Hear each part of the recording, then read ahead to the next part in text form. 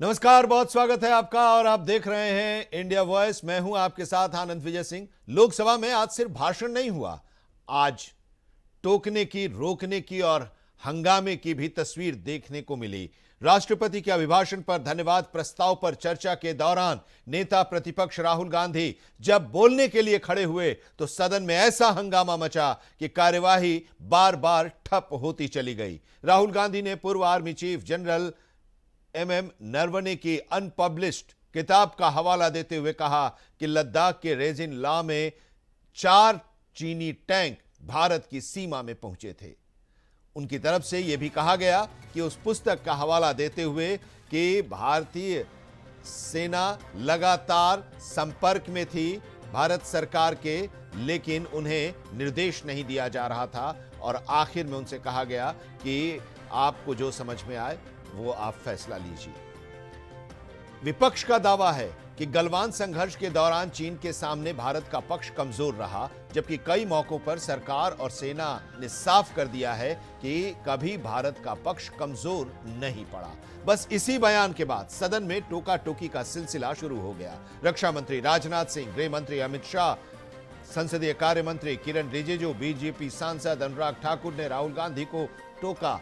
राहुल गांधी करीब 46 मिनट तक अपनी बात रखने की कोशिश करते रहे, लेकिन हंगामे के चलते लोकसभा की कार्यवाही पहले दोपहर 3 बजे तक, फिर शाम 4 बजे तक और फिर सीधे मंगलवार सुबह 11 बजे तक के लिए स्थगित करनी पड़ी। अब बड़ा सवाल यह है कि क्या राष्ट्रपति के अभिभाषण पर धन्यवाद प्रस्ताव के दौरान चर्चा में चीन और गलवान से जुड़ा मुद्दा उठाना राहुल गांधी की एक सोची समझी रणनीति है? क्या एक अनपब्लिश्ड बुक में लिखे अंश की चर्चा की जानी चाहिए, और वो भी तब जब अनेक विवादास्पद आर्टिकल उस मैगजीन कारवां में छप चुके हैं? क्या राष्ट्रीय सुरक्षा के मुद्दे के साथ खिलवाड़ हो रहा है? आज इन्हीं सवालों पर मुद्दे की बात में हम जानेंगे क्या राहुल क्रॉस कर गए एलएसी। लेकिन पहले सुनिए लोकसभा के अंदर दिए गए बयान। Just put this bit low. No, I'm not. मुझे बोलने नहीं दे रहे हैं। मुझे बस 2-3 लाइन बोलनी है, उसमें सब पता लग जाएगा, बट वो बोलने नहीं दे रहे हैं। मैं कह रहा हूँ कि it's a matter of national security. These are the words of Army Chief, serious leader of our forces. And it's a conversation that he has had with Rajnath Singh ji and also with Mr. Narendra Modi. All I'm saying is that I want to say in the House what the Army Chief has written. बस वही मैं बोलना चाह रहा हूँ, army chief ने क्या बोला है, मोदी जी ने उनसे क्या कहा, राजनाथ सिंह जी ने उनसे क्या कहा, क्या ऑर्डर दिया। मैं पार्लियामेंट हाउस में बोलना चाहता हूँ, पता नहीं इतने क्यों डरे हुए हैं। That's not the point here. The point here is exactly what the Prime Minister said and what Rajnath Singh ji said. That is the point here, right? Whether the land was taken or not, that's a different question. We'll come to that. But before we come to that, the leader of the country is supposed to give direction. The leader of the country is not supposed to run away from decisions and leave decisions onto other people's shoulders. That is what the Prime Minister has done. से ये पूछना चाहता हूं leader opposition से, जिस पुस्तक Sir, Rajnath Singh is getting exercise because his name is going to be spoken just now. प्रकाशित हुई है या नहीं हुई है, केवल मैं एक प्रश्न का जवाब इनसे चाहता हूं अध्यक्ष। सभ्य सदस्य तेजस्वी सुरवाया का भाषण ध्यान से सुना है। कहीं पर भी उन्होंने ऑपोजिशन की देशभक्ति पर या कैरेक्टर पर सवाल नहीं।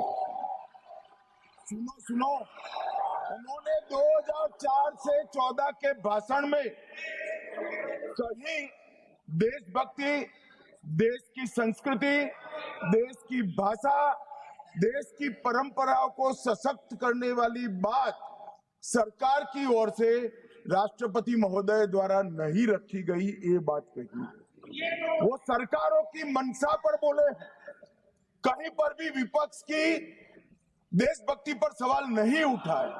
और दूसरी बात, माननीय विपक्ष के नेता कह रहे हैं हमें बोला नहीं जा रहा। आपने एक व्यवस्था दे दी कि नरवणे जी की किताब प्रकाशित नहीं हुई है, जो मैगजीन है उसको कोट नहीं किया जा सकता। फिर उन्होंने मैगजीन और नरवणे जी की किताब के अलावे कैलाश रिज में टैंक, इनको किसने बताया है?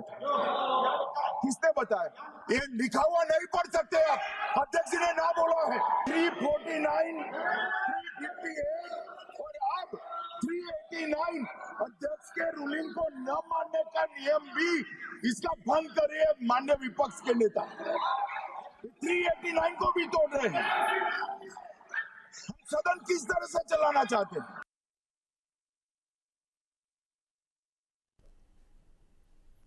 हमने पहले भी कहा है कि हम सब शांति से सुनना चाहते हैं।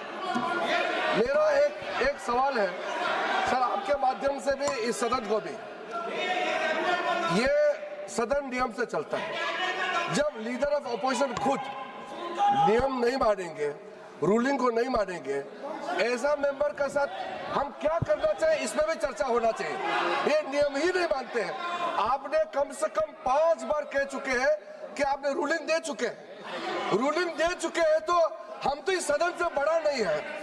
स्पीकर ने रूलिंग देने के बाद आपको मानना चाहिए।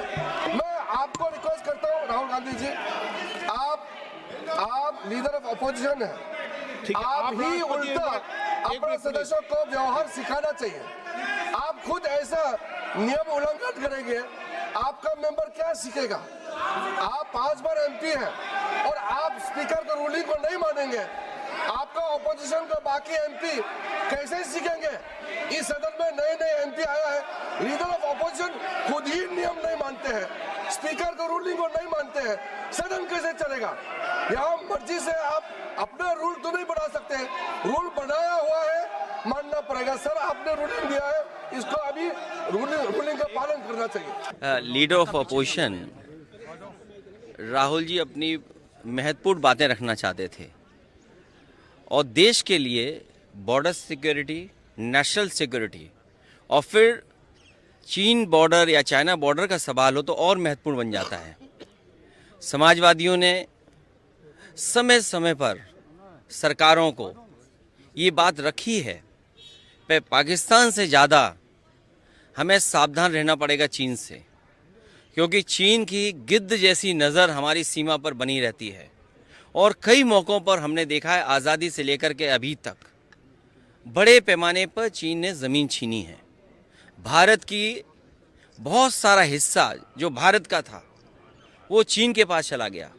तो इसलिए ये महत्वपूर्ण सवाल बनता है कि अगर लीडर अपोजिशन कोई विषय उठा रहे थे और बॉर्डर सिक्योरिटी का था, नेशनल सिक्योरिटी का था, और फिर हम कितना व्यापार कर रहे हैं चीन के साथ, शायद आंकड़े ये बताते होंगे कि इतना ट्रेड कारोबार किसी दूसरे देश से हम नहीं कर रहे हैं जितना चीन से कर रहे हैं। तो एक तरफ जहां हमारा बॉर्डर उनसे बहुत बड़े पैमाने से जुड़ा हुआ है, तो बॉर्डर सिक्योरिटी, नेशनल सिक्योरिटी और हमारा बाज़ार, ये तीनों चीज़ें बहुत महत्वपूर्ण बनती हैं। और अतीत, अगर हम जाएं अतीत में, तो बहुत सारा हिस्सा हमारा भारत का चला गया।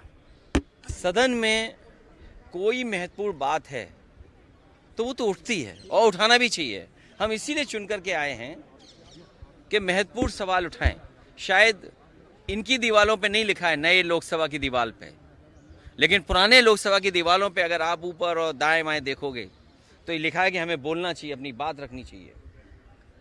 तो हम यहीं चुनकर इसीलिए तो आए कि हम बात रखें अपनी, हम अपना पक्ष रखें, हमें क्या समझ में आ रहा है, क्या पढ़ रहे हैं, क्या जानकारी मिली है, वो कम से कम देश से तो शेयर करें, जनता तो जाने।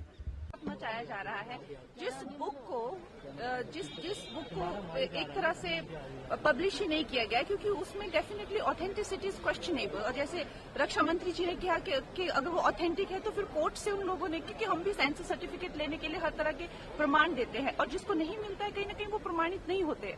तो जो चीज प्रमाणित नहीं है उसको आप कोर्ट कर रहे हैं।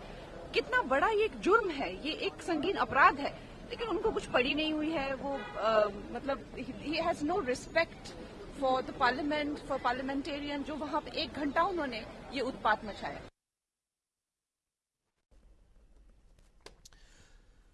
तो आज चर्चा हम इसी पर करने जा रहे हैं, और यह है कि क्या राहुल गांधी लाइन क्रॉस कर गए हैं?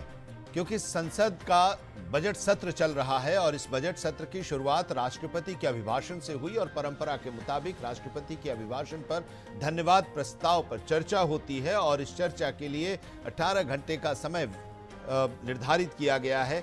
चर्चा की शुरुआत हुई और इस चर्चा में नेता प्रतिपक्ष राहुल गांधी का भी भाषण शुरू हुआ। तो राहुल गांधी ने राष्ट्रपति के अभिभाषण से अलग उन्होंने ये मुद्दा उठाया और इस मुद्दे को लेकर जब उन्होंने अपनी बात कहनी शुरू की तो फिर हंगामा शुरू हो गया। किताब का जिक्र किया। पूर्व आर्मी चीफ एमएम नरवणे की किताब है 4 स्टार्स ऑफ डेस्टिनी। ये अभी छपी नहीं है और नरवणे ने ये खुद कहा है कि किताब पब्लिशर के पास है और पब्लिशर से अभी सरकार की अनुमति नहीं मिली है गृह मंत्रालय से उस पुस्तक को छापने की, इसलिए नहीं है। लेकिन कई जगहों पर उसका जो कवर है वो वहाँ उपलब्ध है। तो उस किताब के बारे में एक आर्टिकल छपा था एक ऐसे मैगजीन में जो हमेशा से वो विवादास्पद रहा है। विवादास्पद आर्टिकल्स के को लेकर वो हमेशा चर्चा में रहा है। मैगजीन कारवां नाम है उसका और उसमें जो आर्टिकल छपी थी उसके आधार पर राहुल गांधी ने इसका डोकलाम का मुद्दा उठाना शुरू किया। उन्होंने कहा कि जब 31 अगस्त 2020 का जिक्र किया, जब चीन की सेना हमारी तरफ बढ़ती आ रही थी और उस समय उन्होंने कहा था कि 31 अगस्त 2020 को उस हालात का जिक्र करते हुए रात 8:30 बजे रक्षा मंत्री, एनएसए, विदेश मंत्री और सीडीएस उस समय विपिन रावत थे, उन लोगों के साथ लगातार वो संपर्क में थे और उनसे स्पष्ट निर्देश मांग रहे थे, लेकिन कहीं से कोई निर्देश नहीं मिल रहा था। चीन की सेना हमारे करीब आती जा रही थी और फिर रात 10:30 पर रक्षा मंत्री की तरफ से आया कि उन्होंने प्रधानमंत्री से बात की है और प्रधानमंत्री की तरफ से कहा गया है कि जो उचित समझे वो करें, जो उचित समझो वो करो, ये निर्देश दिया गया आर्मी को। तो अब ये कह रहे हैं कि सरकार के पास प्रधानमंत्री या रक्षा मंत्री जो भी हो, उन लोगों के पास स्पष्ट निर्णय लेने की क्षमता नहीं है और इसी को लेकर सवाल उठाए। लेकिन अब सवाल इसमें यह है जिसको लेकर आज हम चर्चा करने जा रहे हैं और सदन में भी इसको लेकर आपत्ति रक्षा मंत्री और गृह मंत्री की तरफ से उठाई गई कि राष्ट्रपति के अभिभाषण पर यह चर्चा है और कुछ नियम हैं, कुछ कायदे हैं सदन के और उस नियम और कायदे में कि किसी व्यक्ति के खिलाफ मानहानि का आरोप नहीं लगाया जाएगा जबकि स्पीकर और संबंधित मंत्री को इसकी सूचना न दे दी हो। यह है एक नियम। दूसरा नियम भी है जिसमें कहा यह गया है कि कोई भी अनपब्लिश्ड किताब हो या कोई भी ऐसी पुस्तक हो, अखबार के कटिंग को तो दिखाया जा सकता है, लेकिन नियम 353 कहता है किसी व्यक्ति के खिलाफ मानहानि का आरोप नहीं लगाया जाएगा जबकि स्पीकर और संबंधित मंत्री को इसकी सूचना न दे दी हो। और नियम 349(1) ये कहता है कि किसी किताब, अखबार, तस्वीर, पत्र को नहीं पढ़ना चाहिए जिसका सदन की कार्यवाही से कोई संबंध न हो। ये सदन में नियम का हवाला दिया गया और इसी को लेकर चर्चा हुई। राजनाथ सिंह ने कहा कि क्या राहुल गांधी बताएंगे कि वो पुस्तक पब्लिश हुई है या नहीं, और अगर नहीं हुई है पब्लिश तो फिर उस पर चर्चा करने का सवाल ही नहीं है। हमारे साथ खास मेहमान आज जुड़े हुए हैं। आज इसी को समझने की हम कोशिश करेंगे कि क्या राहुल गांधी नरवणे के कंधे का सहारा लेकर हमला करने की कोशिश तो नहीं कर रहे हैं, कोई सोची समझी रणनीति तो नहीं है। केसी जैन साहब, प्रवक्ता भारतीय जनता पार्टी के, हमारे साथ इस चर्चा में जुड़ रहे हैं। दिलीप मिश्रा जी, कांग्रेस के वरिष्ठ नेता, हमारे साथ इस चर्चा में जुड़ रहे हैं और हेमंत गुप्ता जी, राजनीतिक विश्लेषक, हमारे साथ इस चर्चा में जुड़ रहे हैं। आप सभी का बहुत बहुत स्वागत है। केसी जैन साहब, शुरुआत आप ही से हम करना चाहेंगे। सवाल ये है ना कि ऐसा क्या है, राहुल गांधी कह रहे हैं कि अगर ऐसा कुछ नहीं है तो फिर डर क्यों रहे हैं? आतंकवाद से आप लड़ने का दावा करते हैं, आप एक कोट हम कर रहे हैं उससे आप डरते हैं। ऐसा क्या है जिससे आप घबरा गए हैं? और वो भी तब जब बुक को लेकर कई जगहों पर उसके अंश को कई प्लेटफॉर्म्स पर उसके अंश मौजूद हैं। जी जी जी, देखिए आनंद जी, पहली बात तो यह है कि जिस विषय पे चर्चा रखी गई है सदन के अंदर, उसी विषय पे चर्चा होनी चाहिए। मुद्दे तो बहुत सारे हो सकते हैं और सदन समय समय पे चलती है, समय समय पे हर एक चीज के लिए समय निर्धारित होता है। उसके साथ साथ कई बार सदन के अंदर इस चीज के लिए भी समय दिया जाता है कि आप अलग से भी मुद्दे उठा सकते हैं।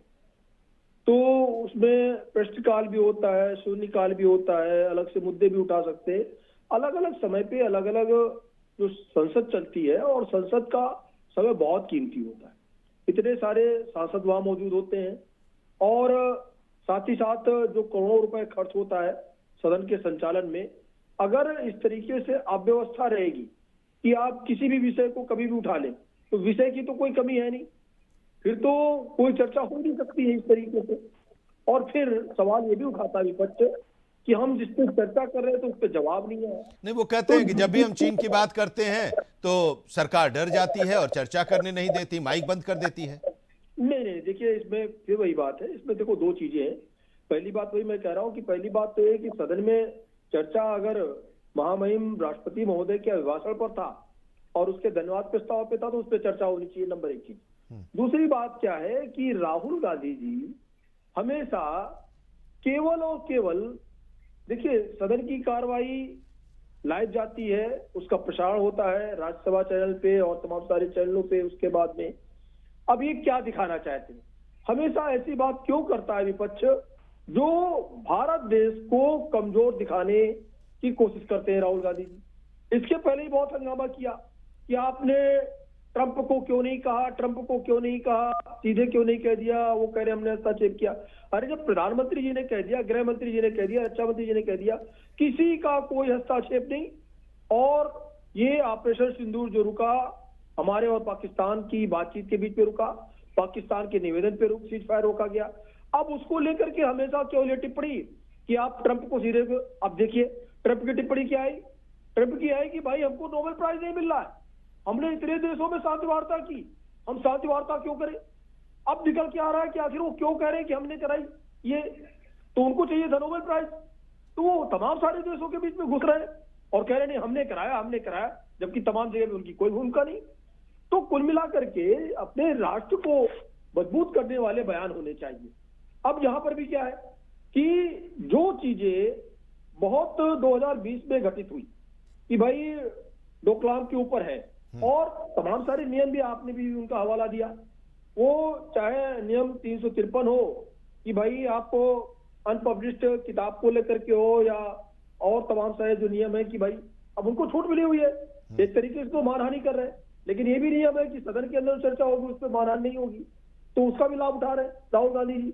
लेकिन वहां पे रक्षा मंत्री हैं, वहां पे गृह मंत्री हैं, प्रधानमंत्री हैं, तमाम सारी चर्चाओं में से आप चीजों को बाद में उठा सकते हैं।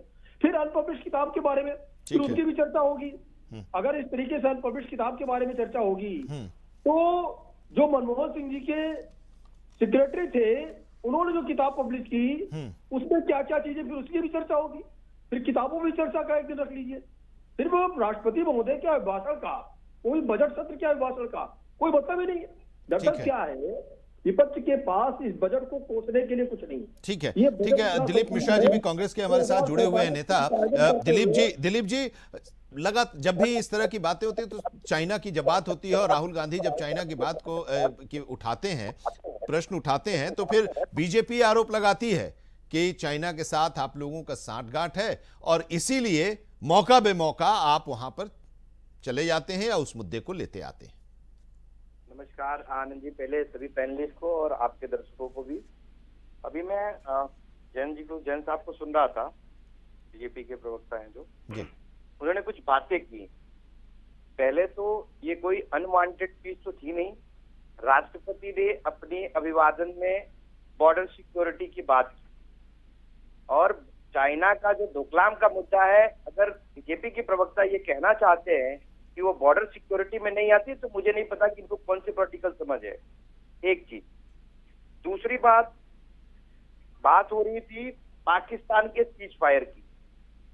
पाकिस्तान का सीज फायर का जो एक मुद्दा है, सरकार ने लास्ट तक डोनाल्ड ट्रंप के बात का खंडन नहीं किया। डोनाल्ड ट्रंप ने 50 बार ये हर इंटरनेशनल मंच पे कहा कि मैंने मोदी को फोन करके मैंने फायर करवाया, मैंने रुकवाया। ना विदेश मंत्रालय ना तो प्रधानमंत्री खुद इस बात का खंडन किए। दूसरी बात। तीसरी बात कर रहे थे कि चर्चा विषयों पे होती है। ये बताइए कि आज तक बीजेपी ने जितने भी आरोप लगाए हैं, चाहे प्रीवियस प्रधानमंत्रियों पे, चाहे नेहरू जी पे, चाहे इंदिरा जी पे, और चाहे किसी और प्रधानमंत्री पे, कौन सा फैक्ट दिया है उन्होंने, कौन सा पेपर दिया है? ओम बिरला जी, मुझे तो आज बहुत खुशी आ रही थी वो वादन देखकर। ओम बिरला जी उनको बोल रहे थे कि आप इसको नहीं बोल सकते। आपने उस वक्त मुंह में चुप्पी क्यों बांध रखी थी जब नरेंद्र मोदी जब नेहरू के बारे में बात करते हैं? आपने फैक्ट मांगा उस वक्त कि आपके पास क्या फैक्ट है? कौन सा प्रकाशन है आपके पास? कौन सा न्यूज़पेपर है आपके पास? मतलब आप सदन में झूठ से झूठ बोल सकते हैं। बीजेपी का कोई भी सांसद, कोई भी विधायक झूठ बोल सकता है, उसको छूट है।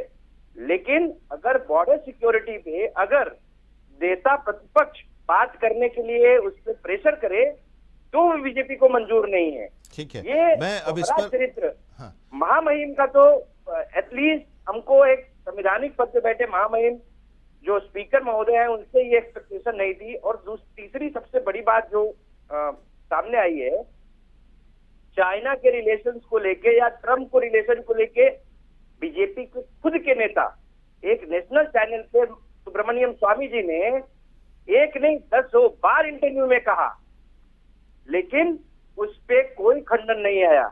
तो आप लोग अपने दोहरे चरित्र के हिसाब से, पब्लिक जनता सब देख रही है। FA3 फाइल पे जो आपका नाम आया, आपने उस पर कोई रिएक्शन नहीं दिया। अरे आप देश के प्रधानमंत्री हो, आपका नाम किसी एक इलीगल एक्टिविटी करने वाले आदमी के अगर डायरी में या मेल में भी आता है, आपको तुरंत आपको ये बताना चाहिए कि आप ये गलत कर रहे हैं, हम आपके ऊपर मानहानि का दावा करेंगे। आप यहाँ के नेताओं पे तो मानहानि का दावा करते हैं, लेकिन आप अमेरिका और चीन से डर जाते हैं। ठीक है, अब एक सवाल आपने जो कहा उसी से कुछ काउंटर। पहला तो ये आप बताइए कि आपको ट्रंप पर भरोसा है या अपने देश की सरकार पर भरोसा है, पहला। दूसरा ये कि सुब्रमण्यम स्वामी का आपने हवाला दिया। सुब्रमण्यम स्वामी तो राहुल गांधी, सोनिया गांधी के खिलाफ केस भी लड़ रहे हैं, उन्होंने ही आरोप लगाया था नेशनल हेराल्ड का, वहां पर वो गलत हैं और जिसका हवाला दे रहे हैं वहां पर वो सही हैं। ये चीज कि सुब्रमण्यम स्वामी को लेकर आपका क्या है? दूसरा, एक मिनट सर, एक मिनट में आप बोलिएगा, सवाल सुन लीजिए फिर आप बोलिएगा।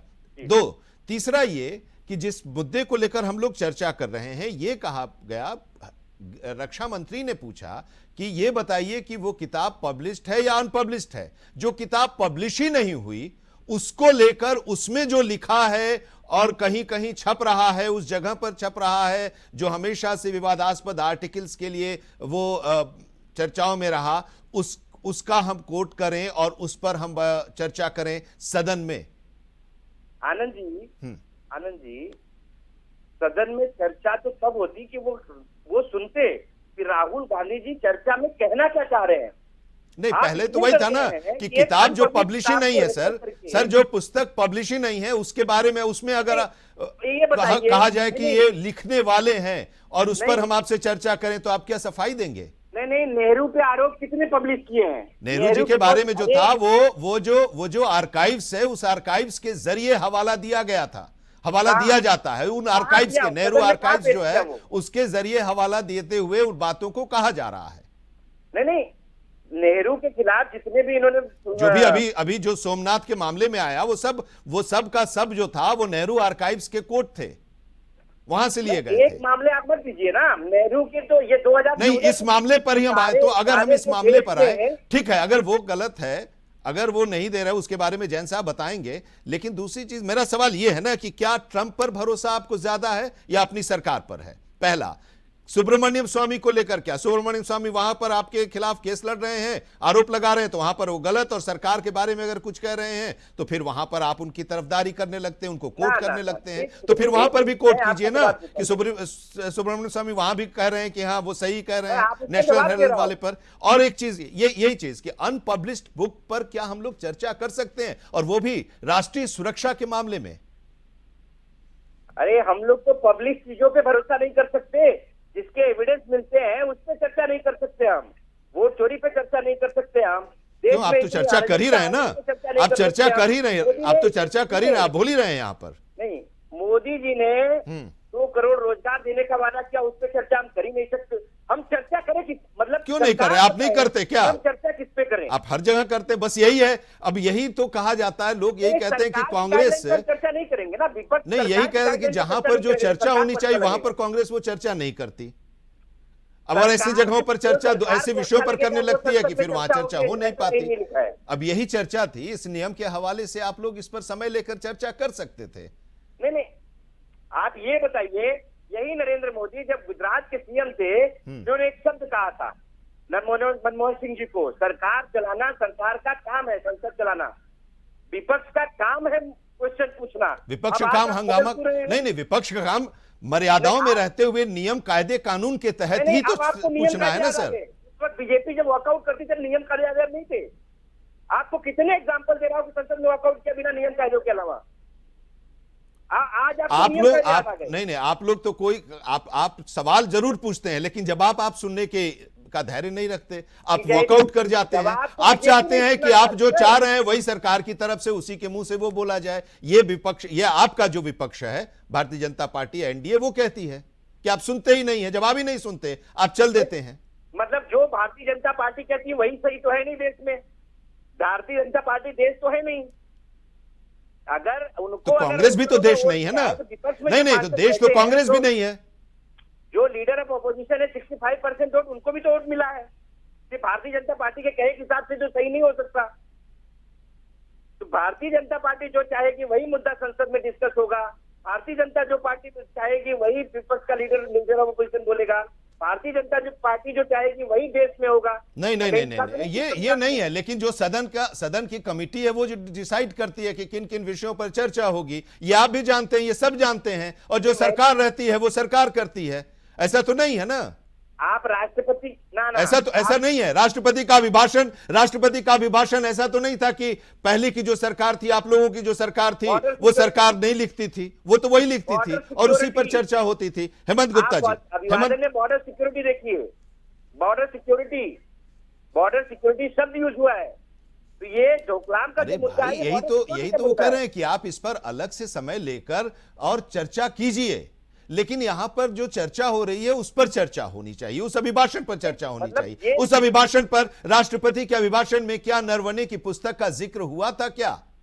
फिर से बोला मैंने। आप नहीं, अगर आप कह रहे हैं कि राष्ट्रीय सुरक्षा की बात राष्ट्रपति की तरफ से कही गई, तो राष्ट्रीय सुरक्षा की बात कही गई, लेकिन उसमें आप वहां वो कर सकते हैं। लेकिन आप नरवणे की उस पुस्तक की चर्चा कर रहे हैं जो छपी नहीं है। छपेगी कि नहीं छपेगी, आनंद जी, उसके बारे में हम चर्चा, उसमें जो लिखा उसको हम सही मान के और कहें कि नहीं यही हुआ है।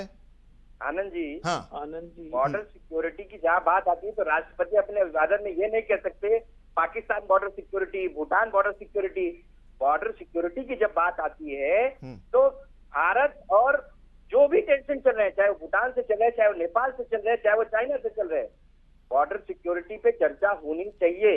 देश के लोगों को पता होना चाहिए कि बॉर्डर सिक्योरिटी, क्योंकि इसमें कोई डाउट नहीं है कि हमारी सेना, हमारे लोग बॉर्डर पे लड़ाई लड़ते हैं, इसलिए हम आज यहाँ घरों में शांत बैठे हैं। ठीक है, चलिए अब इस पर आपने जो बातें कही हैं उसका जवाब हम केसी जैन साहब से लेंगे, लेकिन हेमंत जी को भी चर्चा में शामिल कर लेते हैं। हेमंत जी, जरा बताइए, क्या राहुल गांधी एलएसी क्रॉस कर रहे हैं या क्रॉस करने के मूड में हैं? संसद की कार्यवाही के संदर्भ में मैं बात कर रहा हूँ। बहुत ही चिंता का विषय है, क्योंकि देश की आंतरिक मामला से जुड़ा हुआ ये मामला है, और ये बॉर्डर से जुड़ा हुआ मामला नहीं, देश के आंतरिक संबंधों से जुड़ा हुआ मामला है। और ये मामला इसलिए भी गंभीर बन जाता है, देखिए लोकतंत्र है, दुनिया का सबसे बड़ा लोकतंत्र भारत है, और अगर ऐसा भाजपा गलत होती तो जब सिंदूर के बाद जब पूरी दुनिया में प्रोपेगेंडा फैलाया जा रहा था, यहाँ तक कि कांग्रेस फैला रही थी और सिंदूर में भारतीय विमानों के गिरने की बात करी थी, तो पूरी दुनिया को बनाने के लिए जो ग्रुप डेलीगेट्स विदेश गया था उसमें शशि थरूर भी थे। तो भारत ने अपनी प्रतिनिधित्व में ये बताया कि वो कोई बात छुपाता नहीं है। लेकिन अब आइए एक आंतरिक सुरक्षा की बात, जिसको कहते हैं राष्ट्रीय सुरक्षा की बात है, तो जब तक कोई भी पब्लिक डोमेन में किताब ऑथेंटिक नहीं हो जाती है, पब्लिश होना या पब्लिक डोमेन में आना अलग बात है, लेकिन ऑथेंटिक नहीं है, तब तक वो राष्ट्रीय सुरक्षा से जुड़ा मामला है, उसके खिलाफ में बोलना या काम करना आर्टिकल 92 में प्रतिबंधित माना गया है। इसलिए इसको हम नहीं कह सकते कि हम ये अभिव्यक्ति की स्वतंत्रता की बात है। ये राष्ट्रीय सुरक्षा से मामला जुड़ा हुआ मामला है, और अगर ऐसा करता है कोई व्यक्ति तो राष्ट्रीय सुरक्षा अधिनियम जिसको NSA 1980 के तहत उस पर कार्रवाई भी की जा सकती है, क्योंकि ये देश की आंतरिक बात को बाहर पब्लिक डोमेन में बता करके अपोजिशन या विदेशियों को मौका हम दे देते हैं। तो आर्टिकल 92 राष्ट्रीय सुरक्षा अधिनियम 1980 और यहाँ तक कि अनुच्छेद 22 जो है अपने संविधान का, जिसको कहते हैं प्रिवेंशन डिटेंशन, इसको कहते हैं प्रिवेंटिव डिटेंशन, जो कि मतलब कि कोई व्यक्ति कुछ भी अधिकार को प्रदान करता है, लेकिन सरकार को सुरक्षा के लिए निरोध कानून बनाने की अनुमति जो है उसके तहत सरकार पूछ सकती। इसलिए बिरला जी ने उनको कहा था कि आर्टिकल 349 के तहत कि भाई आप उन बातों को नहीं उठाइए जो अभी पब्लिश नहीं हुई है। अब आइए मैटर हम करते हैं इस बात पर कि मामला है क्या एक्चुअली। देखिए, मामला जो है वो चीन से जुड़ा हुआ मामला है, और इस मामले में उन्होंने कहा कि भाई जनरल नरवणे बहुत परेशान थे। अंत में राष्ट्र को 10 बजे 10:30 बजे प्रधानमंत्री का रक्षा मंत्री से बात हुई, तो उन्होंने कहा कि प्रधानमंत्री से बात हुई है, उन्होंने कहा जो उचित समझो वो करो, लेकिन उन्होंने फैसला नहीं लिया। उस वक्त उन्होंने कहा कि मेरी स्थिति बहुत ही दुखद थी और मैं समझ नहीं पा रहा था कि मैं क्या करूं। उन्होंने लिखा है कि मुझे गर्म आलू पकड़ा दिया गया, अब पूरी जिम्मेदारी मुझ पर थी। तो उनका एक ही कोट था कि उन्होंने फैसला लेने से मना कर दिया। किसने फैसला लेने से मना कर दिया ये उन्होंने अभी तक नहीं दिखाया, लेकिन यही नरवणे जी की कई किताबें छपी हैं जिसमें उन्होंने क्लियर कहा है। उन्होंने कहा कि भारत चीन बॉर्डर पर दिए गए जो विवाद था उस पर उन्होंने इंटरव्यू दिया था, और कहा कि जिस पर दोनों देश अपना दावा करते हैं ऐसी जगहों पर वहां कोई चिन्ह नहीं है। हाँ, लेकिन ये जो डोकलाम वाला है हेमंत जी, उस समय भी उसके बाद भी नरवणे ने कहा था कि 1 इंच जमीन इधर से उधर नहीं गई है, नहीं हुई है। हाँ, तो ये जब ये बातें उन्होंने कही और पब्लिक डोमेन में कही, तो एक ही व्यक्ति 2 बात कैसे कह सकता? पहली बात, अगर 2 बात कह रहा है तो या तो वो व्यक्ति गलत है या तो किताब में छपी हुई बात गलत है। लेकिन किताब में छपी हुई बात इसलिए हम गलत नहीं कहते क्योंकि वो पब्लिक डोमेन में पब्लिश होके आया ही नहीं। अगर पब्लिश होके आया होता तो अभी तक NSA के तहत नरवणे जी के ऊपर भी ये चार्ज लग जाता। तो इस चीज को समझ, कानूनी पहलू को समझने की कोशिश कीजिए। अगर हम प्रोपेगेंडा फैलाते हैं और देश की राष्ट्रीय सुरक्षा को पब्लिक डोमेन में इस तरह से करते हैं जिसे आप साबित करना चाहते कि हम सही हैं, तो मेरा ये कहना है कि अगर ये सही था तो ऑपरेशन सिंदूर के समय भी यही उन्होंने कांग्रेस से कहा था कि हमारे इतने प्लेन गिराए गए, एक भी प्लेन नहीं मिला। तो ऑपरेशन सिंदूर के तहत अमेरिका का सपोर्ट किया गया कि अमेरिका ऐसा कह रहा है, भारत नहीं कहा। भारत अपनी एक नीति पर, अपनी आंतरिक सुरक्षा और अपनी संप्रभुता पर एक अलग नीति अपनाया। वो उसने कहा कि मैं ढिंढोरा पीटकर जोर जोर से चिल्लाऊंगा नहीं, लेकिन मेरा वो जवाब होगा जिसको कहते हैं कि लाठी भी टूटे और सांप भी मर जाए। तो भारत ने ऐसा हर मौके पर दिखाया। अब अपने ही देश को, अपने देश के प्रधानमंत्री को, रक्षा मंत्री को हम नीचा दिखाने के लिए कि आप सक्सेस हो, हम सक्सेस नहीं है, तो ये तो यही हुआ कि आप बैल मुझे मार। हम अपनी कमियों को उजागर कर रहे हैं। कांग्रेस ऐसा कर करके भाजपा को नहीं कर रही है, वो तो मजबूत कर रही है। कांग्रेस अपने ही पैरों पर कुल्हाड़ी मार रही है। अभी आप बताएं कौन सा ऐसा दावा जो राहुल गांधी जी का दावा अभी तक सत्य हो गया। अब आइए मामला, अगर आप इसको छोड़ देते हैं तब आप बताइए 1962 में कांग्रेस ने जिस हार की बात कर रहे हैं हम, जिस 1962 में जहां हम लोगों ने चुनाव लड़ाइयां लड़ी थी चाइना के साथ, तो क्यों हम हार गए थे? कभी ये सोचा आपने?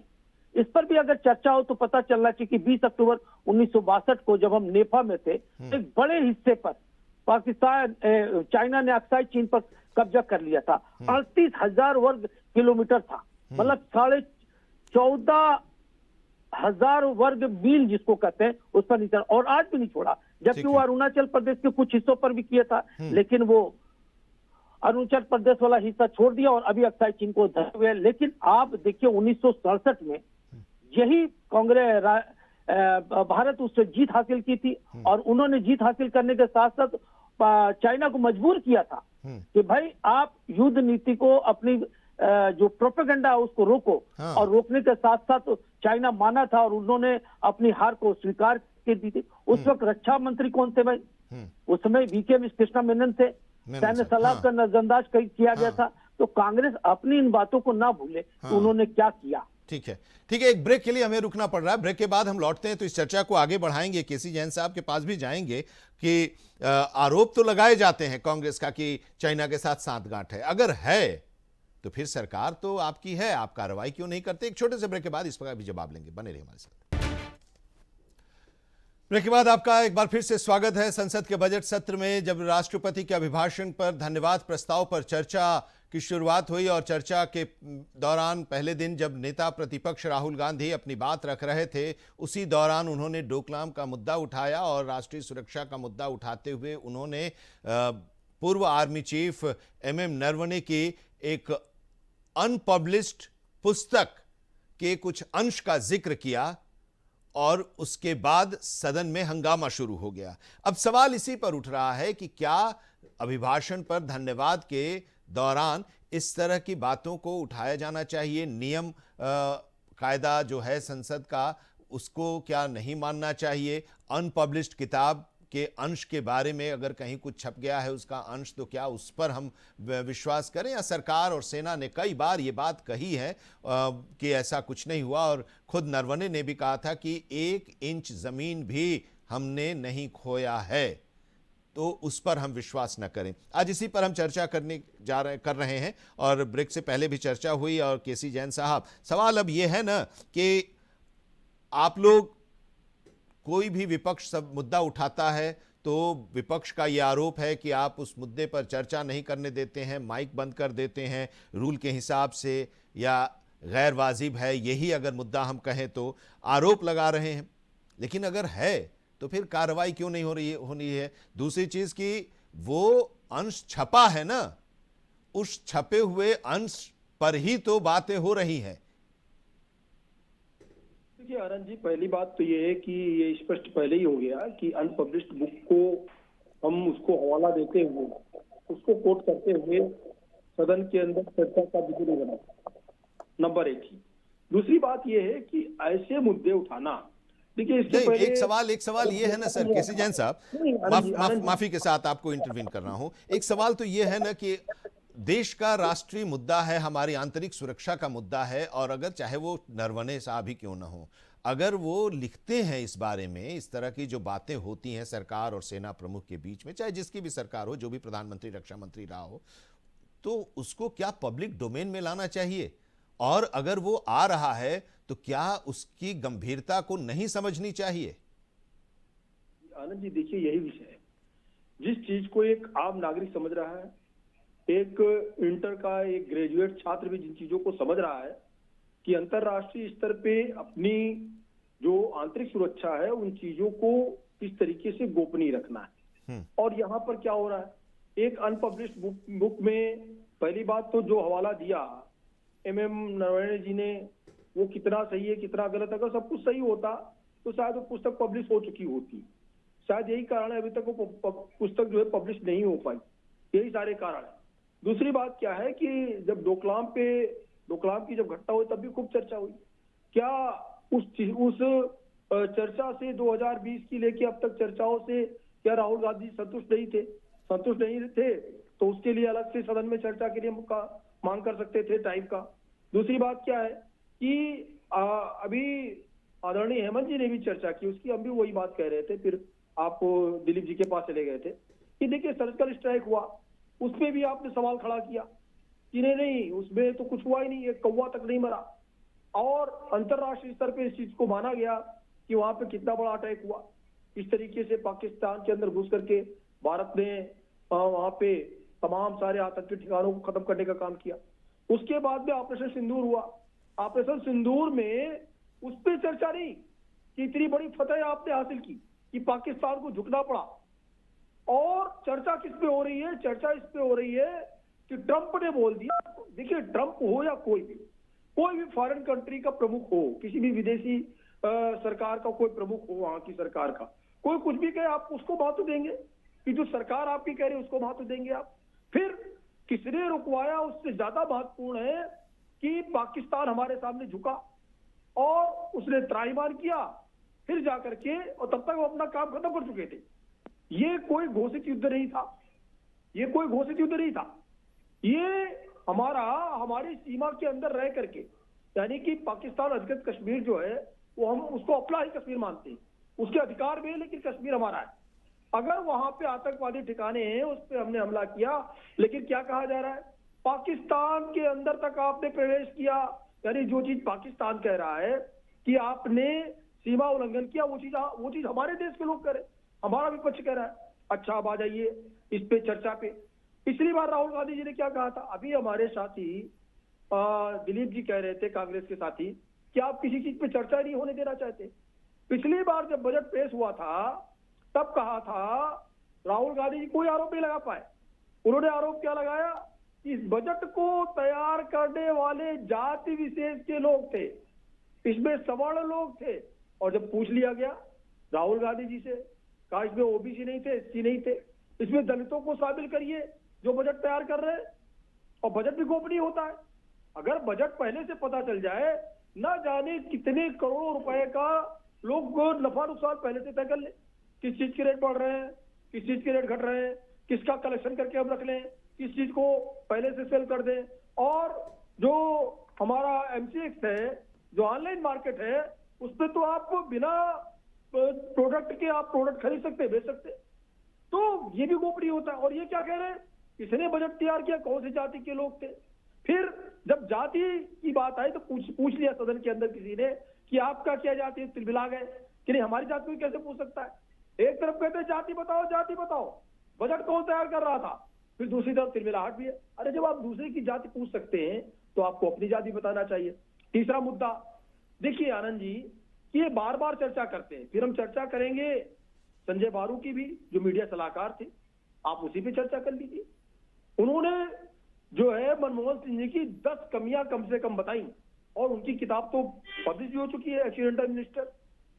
तो एक्सीडेंटल मिनिस्टर जो उनकी संजय बारू की पुस्तक है, जो उनके मीडिया सलाहकार है, वो कहते हैं 2 केंद्र थे सरकार के, पीएमओ ऑफिस अलग था, 10 जनपद अलग था, जो सोनिया गांधी जी का आवास था।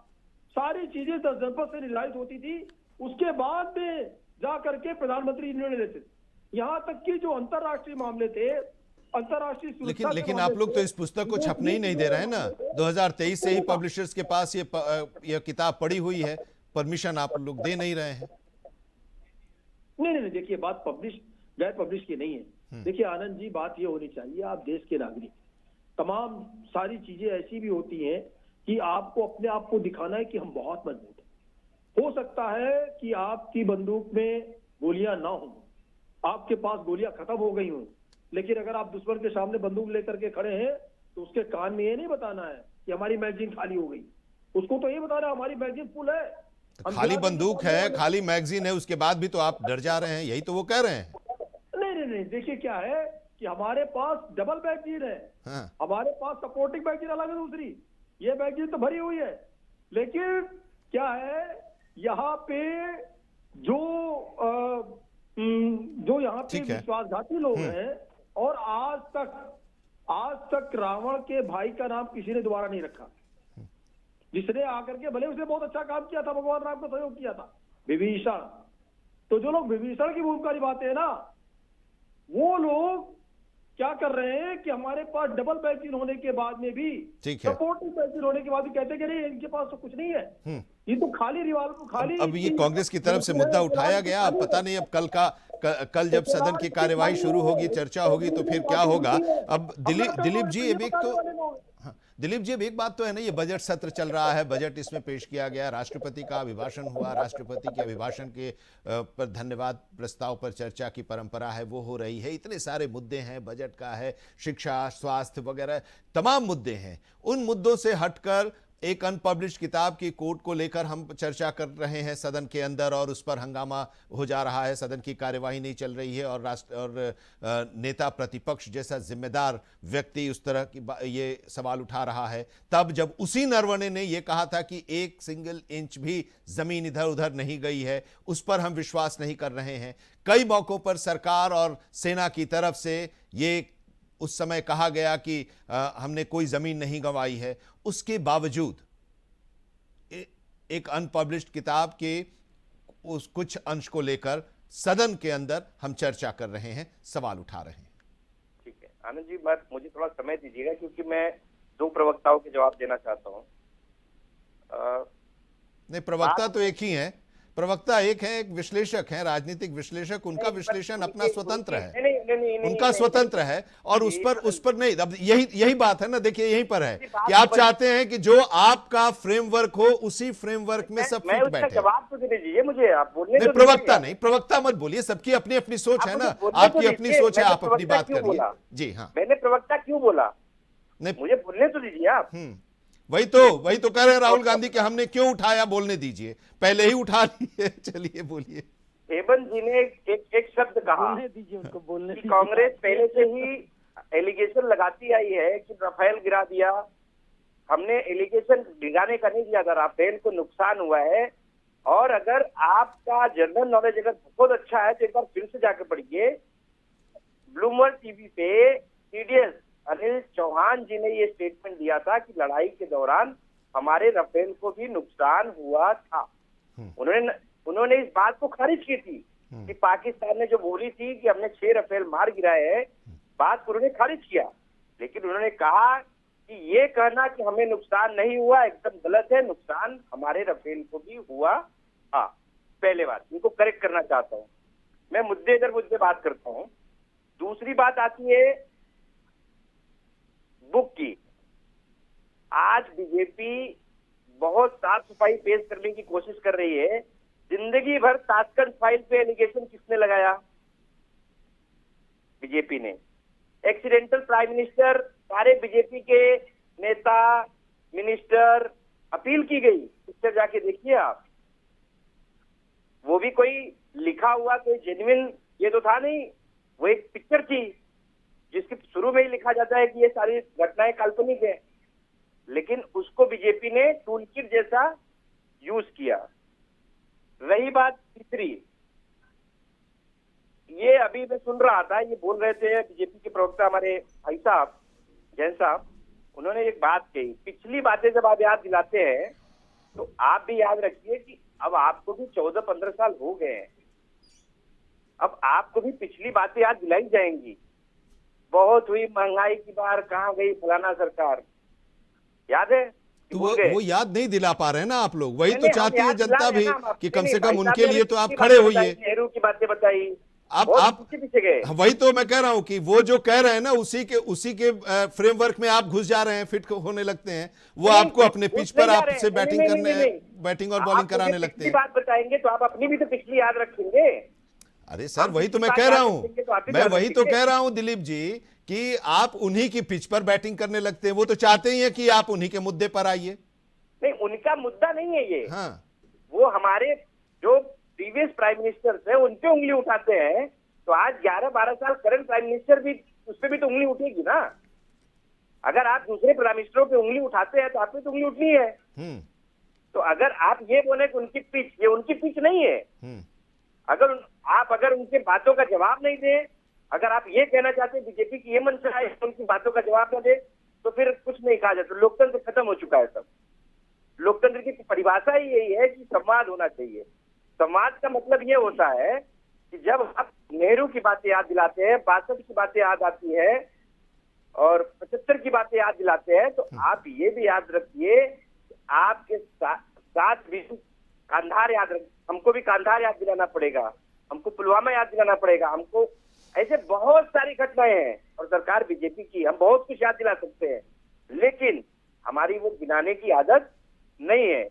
आपको अगर कोई प्रश्न हम आपसे पूछते हैं कि भैया ये मुद्दे पे आप बात करिए, तो आप बोलेंगे अच्छा नेहरू ने योग किया था, या हम आप आज बात कर रहे हैं आपसे।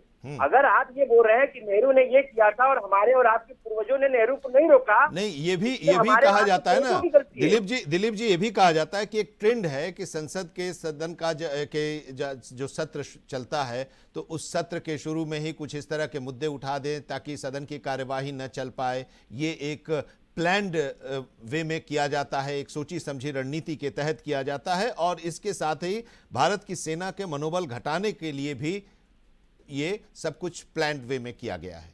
ये आप लोगों पर आरोप लगता है। ये जिस परिवार का 2 प्राइम मिनिस्टर देश के नाम शहीद हो गया, वो आदमी सेना की गरिमा को गिराने का काम करेगा, ये तो बहुत मतलब ये या तो आप ऐसा बोल रहे हैं जनता समझ नहीं रही है, या तो आप इसलिए कि सवाल जैसे जो हुए थे उस समय भी, तो उरी के बाद या इस पहलगाम के बाद तो फिर सवाल आप लोग उठा रहे थे, पूछ रहे थे, प्रूफ मांग रहे थे। आप आयरन लेडी इंदिरा जी को जब बोला गया, उनके खुद के बॉडीगार्ड जो सिख थे उनको बोला गया कि आप हटा दीजिए इनको, तो उन्होंने एक शब्द कहा था कि अगर इनके हाथों ही मरना होगा, मुझे लिखा होगा, इनको हाथों मर जाएंगे, लेकिन हमें इन पर पूरा भरोसा है और हम इन्हें आज तक इन्होंने सेवा दी, हम नहीं हटाएंगे। ऐसे आदमी के पोते को, अगर आप ऐसे औरत के पोते को आप ऐसा बोलना चाहते हैं कि वो सेना पे उंगली उठाता है या देश के प्रति उसके अंदर कोई सद्भावना नहीं है, तो ये मानसिक दिवालियापन है। नहीं तो अगर नरवणे ने कहा था ना, नरवणे ने कहा था ना सर कि 1 इंच भी जमीन इधर उधर नहीं गई, तो वो हम ना माने, जो किताब छपी नहीं है उसमें जो लिखा है वो हम माने? क्यों हम ताशकंद फाइल क्यों माने? जब बीजेपी आज कम से कम नहीं, 10-15 सेना प्रमुख के तौर पर नरवणे ने जो कहा वो हम नहीं मानेंगे, और जो पुस्तक अभी छपी नहीं है उसमें जो लिखा है वो हम माने। यही चीज, यही कंट्राडिक्शन हो रहा है, लोग नहीं समझ पा रहे हैं, वही हम आपसे चाह रहे हैं कि आप उसको क्लियर कर दीजिए। हाँ, मैं बता रहा हूँ, बीजेपी हर मुद्दे संसद के बाहर करना चाहती है, हर मुद्दे को इवेंट बनाना चाहती है। मैं चाह रहा हूँ, इसके पहले भी विपक्ष ने कई मुद्दों पे कई बार कहा कि आप इसको संसद में चर्चा करा लीजिए। अगर संसद में चर्चा करा दी होती, ऑन रिकॉर्ड होता। डोकलाम के मुद्दे को भी विपक्ष ने ये कहा था कि आप इसको संसद में चर्चा करा के इससे आप जवाब दे दीजिए।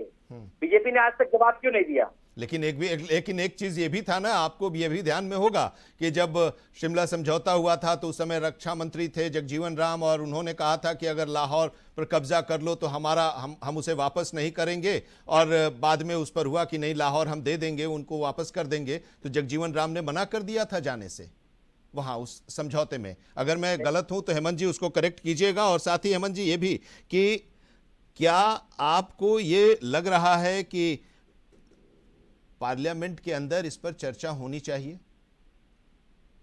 नहीं, इस पर चर्चा नहीं होनी चाहिए, क्योंकि ये मामला देखिए, हम अपने ही लोगों को अगर ये कहें और अपने ही देश में अपनी आंतरिक सुरक्षा को उजागर करने के लिए झूठ सच का सहारा ले, तो आप मुझे ये बताइए कि ये जो डिबेट चल रहा है वो इसी मुद्दे पर चल रहा है कि राहुल गांधी जी क्या बोलना चाहते थे। हम इस मुद्दे पर अभी डिबेट नहीं कर रहे कि कांग्रेस ने क्या कहा। कांग्रेस ने देश को आजादी नहीं दिलाई, उनसे आजादी नहीं मिला था। आजादी दिलाने वाले लोगों का नाम तो आज आता ही नहीं। क्या आपको लगता है कि ये सोची समझी रणनीति है? तो ये तो सोची साजी रणनीति तो है ही है। अब आप सोचिए ना, देवसांग में 2013 में कब्जा किया था चीन, और उस मैटर को आज उठाया जा रहा है। राहुल गांधी जी को सुप्रीम कोर्ट ने भी झाड़ लगाई कि भाई आप कैसे कहते हैं कि 2000 किलोमीटर कब्जा कर लिया, ये याद होगा, सुप्रीम कोर्ट ने उनको झाड़ लगाई। तो ऐसी बातों को ना बोलिए जो आपके ऊपर उंगली उठाता हो। और ऐसी कांग्रेस की बात है, कांग्रेस तो वो कांग्रेस है जो एक बिना जुडिशरी, बिना लॉ पढ़े हुए व्यक्ति को जज बना दिया गया था। और कांग्रेस वो पार्टी है जो रिटायर्ड जज को फिर दोबारा जज बहाल कर दिया गया था। भाई मैं एक लॉयर हूँ सुप्रीम कोर्ट का, मुझे बताइए ऐसा कभी इतिहास में हुआ? पर कांग्रेस के टाइम में ऐसी बहुत सारी घटनाएं। तो जानकारी जिनको ना हो, खाली कांग्रेस करके अगर हम विपक्ष की बात करें तो विपक्ष को वही बात करनी चाहिए जो ऑथेंटिक हो, जो जायज हो, जो नियम कानून में हो, अनुशासन में हो। अब राहुल गांधी जी जब चर्चा चलते तो विदेश भाग जाते हैं, जब भी चोर चलता है राहुल गांधी जी विदेश भागने के पीछे कारण मालूम है आपको क्या है? उनकी दोहरी नागरिकता। वो ब्रिटिश नागरिक है, इंडियन नागरिक, इसका केस चल रहा है और ये केस खुल रहा है, ट्रायल पर चला गया, और ये ट्रायल जब भी चालू होता है तो वो विदेश भाग जाते हैं। और जब भी कोई मैटर आता है तो उस पर चर्चा ऑथेंटिक चीज पर नहीं करने की बजाय उल्टी पुल्टी बातों पर चर्चा करते हैं। अब ये बताइए ना मुझे, देश में बहुत सारी किताबें छपी हुई हैं, भारत के अगेंस्ट बहुत सारे प्रोपेगेंडा है, क्या उस पर चर्चा करनी चाहिए? जब तक आपके पास कोई ऑथेंटिक चीज नहीं हो, लीगलाइज नहीं होता है, तब तक वो भारत के पटल पर संसद में नहीं किया जा सकता। ये क्लियर कट संसदीय तरीके में लिखा गया और उसमें आर्टिकल 349 का जिक्र आपको बताया गया। बल्कि उन्होंने, ओम बिरला ने कहा कि भाई राजीव गांधी जी मैं आपका कोई सलाहकार नहीं हूं। राहुल गांधी जी को कहा गया था कि अब मैं आपका कोई सलाहकार नहीं हूं, किस तरह की बात आप बोलेंगे उसको मैं परमिट कर दूं।